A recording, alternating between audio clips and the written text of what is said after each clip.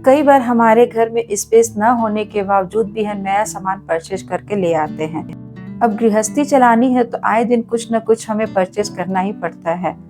अगर आप rented apartment में रहते हैं और स्पेस की कमी रहती है और आपके साथ भी ये प्रॉब्लम होती है कि स्पेस नहीं होता है फिर भी हम नया कोई सामान परचेज करके ले आते हैं, तो आज का ये वीडियो आप लोगों के लिए यूजफुल होगा। हमारे घर में ही कुछ सामान ऐसे होते हैं जिसे हमने सालों से देखा तक भी नहीं है, यूज करने की तो बात ही और है, और वो घर के किसी कोने में पड़े रहते हैं और बेकार का स्पेस ऑक्यूपाई किए रहते हैं।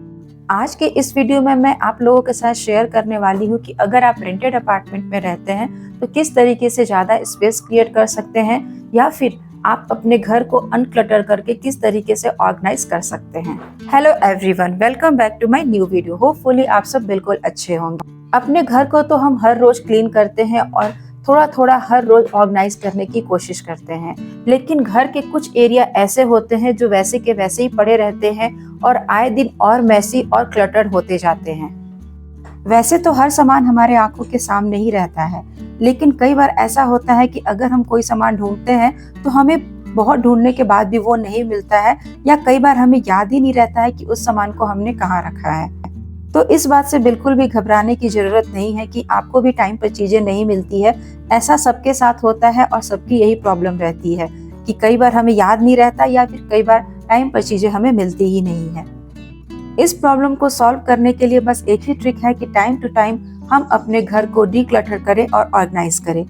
जब चीजें ऑर्गेनाइज हो जाती है तो हमारा घर ऑटोमेटिक डीक्लटर हो जाता है, और कई बार हमें ऐसी भी चीजें मिल जाती है जिसकी हमें सबसे ज्यादा जरूरत रहती है, लेकिन वो हमें ढूंढने पर भी नहीं मिल पाती।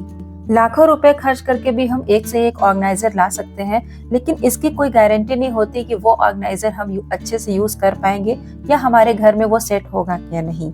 घर जो है हम एक प्यार से बनाते हैं और उसमें छोटी से छोटी चीज से भी हमें बहुत लगाव हो जाता है। एक होम मेकर्स की नजर घर के हर कोने पर होती है। अच्छे से पता होता है कि इस कोने को हमारी जरूरत है। हम अपने घर को क्लीन और ऑर्गेनाइज रखने के लिए बहुत मेहनत करते हैं, और इसमें दो राय बिल्कुल भी नहीं है कि इसमें हम काफी थक भी जाते हैं, लेकिन मेहनत के बाद जब हमें रिजल्ट मिलता है तो उसका कोई मुकाबला नहीं। ये बात बिल्कुल सही है कि बचपन में हमें कोई भी टेंशन नहीं होती थी, हम अपने ही मस्ती में रहते थे, लेकिन जैसे ही हम गृहस्थी में इंटर करते हैं हमारे ऊपर बहुत सारी जिम्मेदारी आ जाती है, और साथ के साथ चीजों को अच्छी तरीके से यूज करना भी हम सीख लेते हैं। अब किचन की बात ले लीजिए। मिक्सर यहाँ पर मैंने फिल कर दिया है, लेकिन इसके पैकेट को मैं वॉश करके अच्छे से संभाल करके रख दूंगी। कई बार ट्रैवलिंग पर ये पैकेट जो होते हैं बहुत ही काम आते हैं। इनके ऊपर जिप वाली फाइल होती है तो हम इसका यूज करके फिर थ्रो भी कर सकते हैं। कुछ चीजें ऐसी होती है जिन्हें मैं फेंकने के बजाय संभाल करके रखती हूँ, क्योंकि कई बार ये चीजें ऐसी होती है जो हमारे बहुत ही काम आ जाती है। नेक्स्ट मंथ मुझे ट्रैवलिंग पे जाना है तो ये पाउचेस मेरे लिए काम में आएंगे।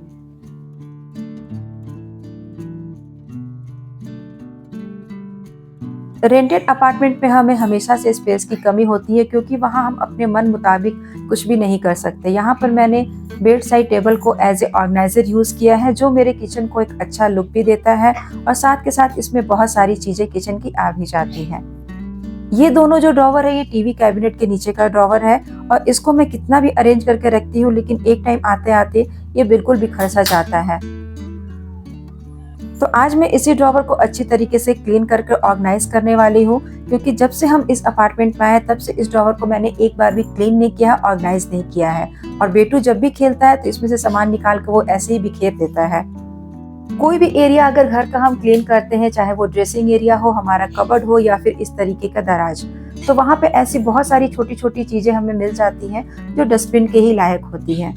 लेकिन टाइम न मिलने के कारण हमारा इन चीजों पर ध्यान नहीं जाता है, और वो चीजें वैसी की वैसी ही पड़ी रहती हैं। फिर इनमें कॉकरोच और कीड़े भी आना शुरू हो जाते हैं, और फिर इन्हें साफ करना हमारे लिए एक हेडेक सा बन जाता है।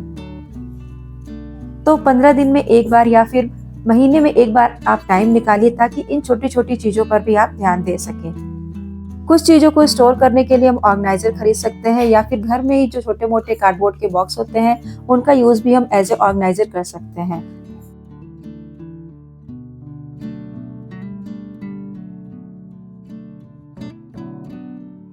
मेरे पास एक मिठाई का डब्बा था जिसके अंदर मैंने सेटअप बॉक्स को रखा है। इसके अलावा छोटे वाले बॉक्स में सारे कार्ड्स को रखे हैं और एक जो ये डब्बा है इसमें मैंने बचे हुए सारे दिवाली के कैंडल को रखा है और इसको अच्छी तरीके से सेलो टेप से पैक कर दिया है और एक स्टिकर भी लगा दिया है कि इसके अंदर मैंने क्या रखा है।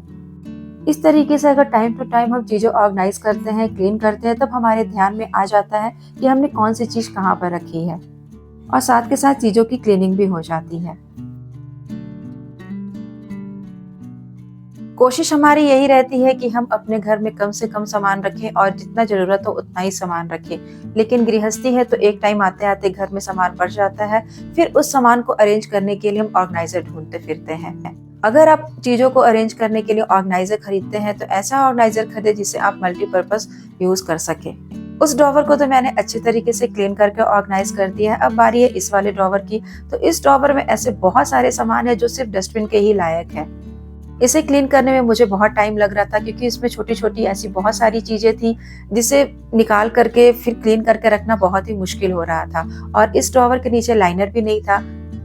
तो मैंने सोचा कि सबसे पहले सारे सामान को निकाल करके अच्छी तरीके से क्लीन कर लेती हूँ और उसके नीचे फिर एक लाइनर बिछा देती हूँ। लेकिन लाइनर के लिए ना मेरे पास अखबार है और ना ही मेरे पास कोई लाइनर है। फिर मुझे ध्यान आया कि मेरे बेटू के जो हगिस का जो पैकेट है वो काफ़ी ही मजबूत है और एज ए लाइनर मैं उसे यूज़ कर सकती हूँ। बस फिर क्या था, मैंने उसको अच्छी तरीके से कट किया इस ड्रॉवर के शेप में और फिर उल्टा करके उसे ही एज ए लाइनर यहाँ पर मैंने बिछा दिया। कई बार हमारे पास कोई चीज़ें नहीं होती है तो कुछ ना कुछ हम जुगाड़ लगा ही लेते हैं। तो बस फिर मैंने इस ड्रॉवर को भी अच्छी तरीके से अरेंज कर दिया है। अब पहले जो ड्रॉवर था वो किस तरीके का था और अब जो ड्रॉवर है वो किस तरीके का है, दोनों में आपको बहुत ही फर्क दिख रहा होगा। चीज़ें जब अच्छी तरीके से अरेंज हो जाती है तो दिखने में भी काफ़ी अच्छी लगती है। और ये जो बास्केट मैं मार्केट से खरीद करके लाई थी, इसको मैंने एज ए टॉय बास्केट बना दिया है। जो भी बेटू के टॉयज है उन सबको मैं इसी में एक जगह कलेक्ट करके रखती हूँ, जिससे लिविंग रूम पूरा बिखरा बिखरा सा भी नहीं दिखता है और सारे टॉयज जो उसको एक जगह सही भी रहते हैं। बच्चों के स्टडी एरिया को या फिर स्टडी टेबल को आप कितना भी अरेंज कर ले, लेकिन उसे हमें हर दिन अरेंज करना पड़ता है। हर दिन बच्चे टाइम टेबल के अकॉर्डिंग बुक्स निकालते हैं और स्टडी टेबल को या स्टडी एरिया को ऐसे ही छोड़ देते हैं। तो आज मेरे पास थोड़ा सा टाइम था तो मैंने सोचा कि इस एरिया को भी अच्छी तरीके से क्लीन करके ऑर्गेनाइज कर दूं। यहाँ पर भी कुछ चीजें मुझे ऐसी मिली जो डस्टबिन में ही जाने वाली है, जैसे यहाँ पर वैक्स कलर के पैकेट्स हैं या फिर उसके अलावा बहुत सारे ऐसे पेपर्स हैं जो बिल्कुल भी काम में नहीं आने वाले हैं। यहाँ पे बुक्स के अलावा ऐसी बहुत सारी चीजें हैं जो श्रेया के बिल्कुल भी काम में नहीं आने वाली है, जैसे कि कुछ पेंसिल बॉक्स जिनका यूज वो बिल्कुल भी नहीं करती, कुछ ऐसे नोटबुक हैं जिनमें एक दो पन्ने लिखने के बाद पूरा का पूरा उसने कोरा ही छोड़ दिया है। तो ये सारी चीजें मैं किसी को डोनेट कर दूंगी तो किसी के काम आ जाएगी। बहुत सारी कलर्स की ऐसी बुक्स है सिर्फ उसने ले करके ही रख ली है और जिनका यूज वो बिल्कुल भी नहीं करती, तो मैं अभी एक साइड इसे कर दे रही हूँ। श्रेया जब स्कूल से आ जाएगी तो उससे पूछ लूंगी, अगर वो इसे यूज नहीं करना चाहती है तो मैं किसी को इसे दे दूंगी। ये जो रैक है ये बांस का बना हुआ है और पूरी तरीके से इक्वल नहीं है, तो इस रैक को इक्वल बनाने के लिए मैंने यहाँ पर फोम की एक शीट डाली है पतली सी, जिससे सारे जो नोटबुक है या बुक्स है वो सब अच्छी तरीके से रखे जा सके। टाइम मुझे बहुत लगा इस रैक को अरेंज करने में, लेकिन आखिरकार ये रैक पूरी तरीके से अरेंज हो गया। अब सारे जो नोटबुक है वो एक साइड है, उसके सारे जो बुक्स है वो एक साइड है, घर में यूज करने वाले जो बुक्स है उसको मैंने एक साइड कर दिया है और इतना सारा कचरा निकला इसको मैं एक पन्नी में रख दे रही हूँ क्योंकि ये सारे जो है वो सब डस्टबिन में ही जाने वाले हैं। अगर मैं इस रैक को अरेंज नहीं करती तो ये कचरा ऐसे दिनों दिन बढ़ता ही जाता और बाद में फिर बुक्स और नोटबुक को रखने की भी यहाँ पे जगह नहीं रहती। कुछ चीजें हमारे घर में ऐसी होती है जिसका यूज हम कई तरीकों से कर सकते हैं। जिस स्पैचुला को हम किचन में खाना बनाने के लिए यूज करते हैं उसे अपने बेडशीट को टक इन करने के लिए भी कर सकते हैं। रेंटेड अपार्टमेंट के लिए इस तरीके के जो हैंगर है बहुत ही काम के होते हैं। इसे सिर्फ डोर के ऊपरी साइड में हैंग करना होता है और ये अच्छी तरीके से फिक्स हो जाते हैं। फिर इसमें आप कोई भी चीज आसानी से हैंग कर सकते हैं जिसका वेट 1 से 2 kg का हो। मुझे पर्सनली ये हैंगर बहुत ही पसंद है, ना ही दीवार पर कील ठोकने का झंझट और ना ही कोई निशान का झंझट। बस इसे डोर से हैंग कर देना है ऊपर साइड से और ये आसानी से सारे कपड़ों का वेट ले लेता है और खोलने और बंद करने में भी कोई प्रॉब्लम नहीं आती है। जो टॉवल हम डोर के हैंडल पर टांग देते हैं उससे अच्छा है कि इस हैंगर में आप टांगे, वास्तु के हिसाब से भी अच्छा रहता है और देखने में भी बिल्कुल भद्दा नहीं लगता है। इस तरीके के हैंगर को मैं किचन में भी यूज करती हूँ। इसे या तो आप किचन के नीचे वाले कैबिनेट डोर पे लगाएं या तो फिर ऊपर वाले कैबिनेट डोर पे लगाएं। कहीं पर भी आपको प्रॉब्लम नहीं आएगी और चीजें हैंग करने में आपके लिए आसान हो जाएगी। यहाँ पर जो मैंने हैंगर यूज किया है, इसका जो हुक है वो बिल्कुल निकल जाता है। आप अपने अकॉर्डिंग इसे एडजस्ट कर सकते हैं।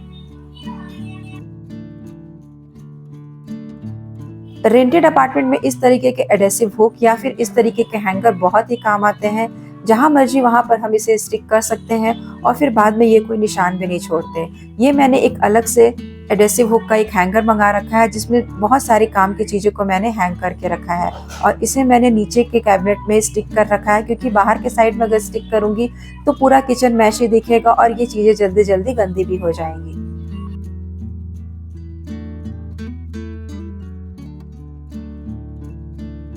ये हैंगर इतने काम का है कि आप इसे किचन में यूज करें, बाथरूम में यूज करें, बेडरूम में यूज करें, सभी जगह ये आसानी से स्टक हो जाता है और बिल्कुल भी प्रॉब्लम नहीं आ रही। मैं जहाँ रहती हूँ मेरे पास शूज रैक नहीं है, तो मैंने लकड़ी के 2 पटरे को ही मिला करके एज ए शूज रैक बना रखा है और फाइबर का एक टुकड़ा है जो काफी स्ट्रॉन्ग है।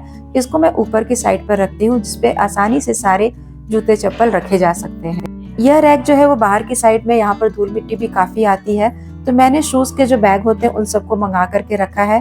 रेंटेड अपार्टमेंट के लिए बहुत ही बेस्ट ऑप्शन है। इसमें आप शूज को अच्छी तरीके से कवर करके रख सकते हैं। ये गंदे भी नहीं होते हैं और कवर रहते हैं तो देखने में भी बिल्कुल भी मैशी नहीं दिखते हैं। जो बिना हील वाले स्लीपर है उनको मैं इस बैग में रख के एक के ऊपर रख देती हूँ। स्पेस भी नहीं लेते हैं और गंदे भी बहुत कम होते हैं। जब हम रेंटेड अपार्टमेंट में रहते हैं तो इस बात का ध्यान रखना चाहिए कि चीजें उतनी ही खरीदे जितनी हम मैनेज कर सकें, क्योंकि कई बार शिफ्टिंग के टाइम पर हमें बहुत प्रॉब्लम होती है। आई होप दोस्तों आज की ये वीडियो आप लोगों को अच्छी लगी होगी, तो वीडियो को लाइक और चैनल को सब्सक्राइब करना बिल्कुल भी ना भूलें। मैं मधु अपने इस छोटे से वीडियो को यहीं पर एंड करती हूँ। मिलती हूँ मैं आप लोगों से नेक्स्ट वीडियो में, तब तक के लिए टेक केयर दोस्तों, बाय बाय।